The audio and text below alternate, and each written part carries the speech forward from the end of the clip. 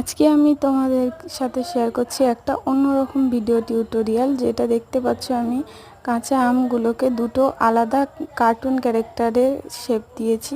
প্রথমে black colour দিয়ে আউটলাইনগুলো এঁকে নিয়ে আর সাদা আর লাল কালার দিয়ে বাকি জায়গাগুলো ফিল আপ করে দিয়েছি। আর হলুদ পাকা আমগুলোকে আমি ইমোজির আকার দিতে চেয়েছি, তাই জন্য দেখতেই পাচ্ছ এই যে ছোট্ট একটা কিউট ইমোজি আমি বানিয়ে নিয়েছি।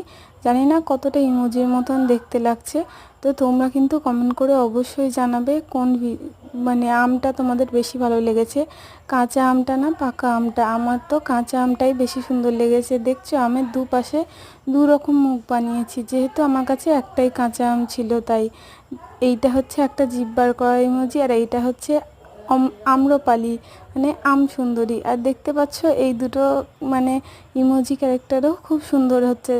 দেখা হচ্ছে নেক্সট ভিডিওতে।